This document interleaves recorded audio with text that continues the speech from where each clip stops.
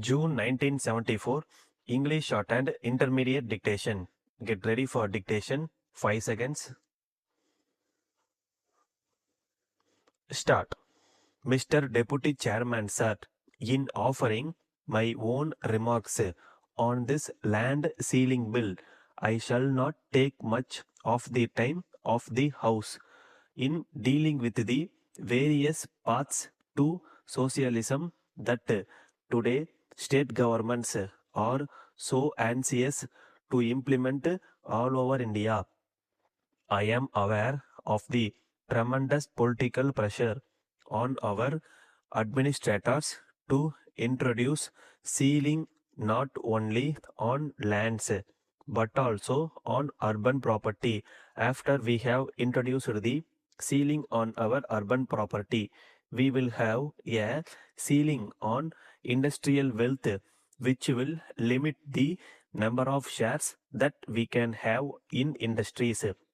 Ultimately, sir, we may reach the goal of the Naxalites where every man is a slave of the state and where private enterprise cannot exist at all. But as I said, it is not my intention today to question these various acts of socialism, excepting to state that our real problem that exists in our villages is not going to be solved by this land ceiling legislation.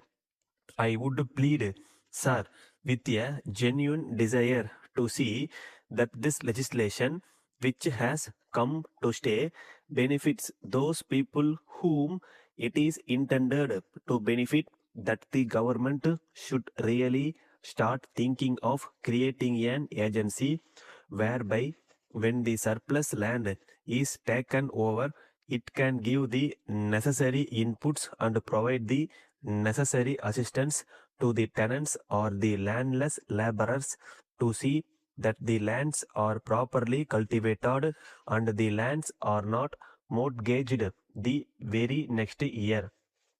I am afraid, sir, in actual practice, we are not going to gain anything substantial by the land ceiling legislation, excepting a feeling of satisfaction that landlords have been eliminated from our life. Sir, this is one point of view. The other point of view is the landlordism exists not only in land, it exists in industry, it exists in urban wealth, and it exists also in politics. Even today, it is very difficult for us to withstand the tremendous political landlordism of some great political leaders in our country. I do not think I have to remind this state government of the tremendous fight that they are having with other sections in this regard. I would only like to say that while it is a point of view, the feeling naturally arises amongst other sections of the people where all this is going to end. Sir, one honorable member has referred to the other salient features of the bill.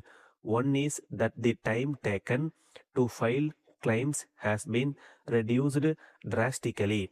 Well, sir, I do not think this will expedite in any way the surrender of surplus land, but it is done with good intentions. I would only plead that there should be sufficient safeguards to see that people who are affected by such legislation have an opportunity to be heard and sufficient time should be given to submit their returns.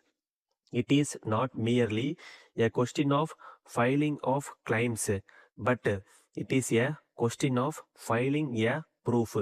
Letter dated 30th December 1973 from the Agricultural Marketing Advisor to the Government of India, New Delhi, addressed to the President, Public Welfare Committee, Tiruchirappalli. Dear Sir, I am writing this with reference to your letter of the 10th instant about the products graded under Agmark.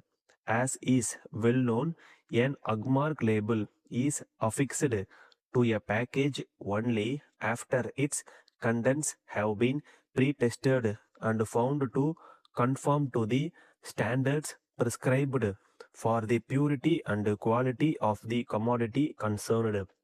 For this purpose, the Ministry of Agriculture, in cooperation with state governments, has set up a countrywide network of approved laboratories. You have mentioned that Agmark labels are issued to oil mongers in your area freely. In this connection, I would like to inform you that for grading any commodity under Agmark, a certificate of authorization is an essential prerequisite.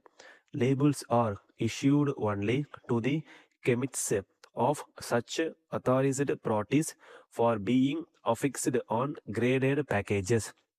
Only one party in your area has so far been authorized to grade vegetable oils, and that to only coconut oil under Agmark. There is thus no question of issuing any Agmark labels to others in your area. Yours faithfully, stop.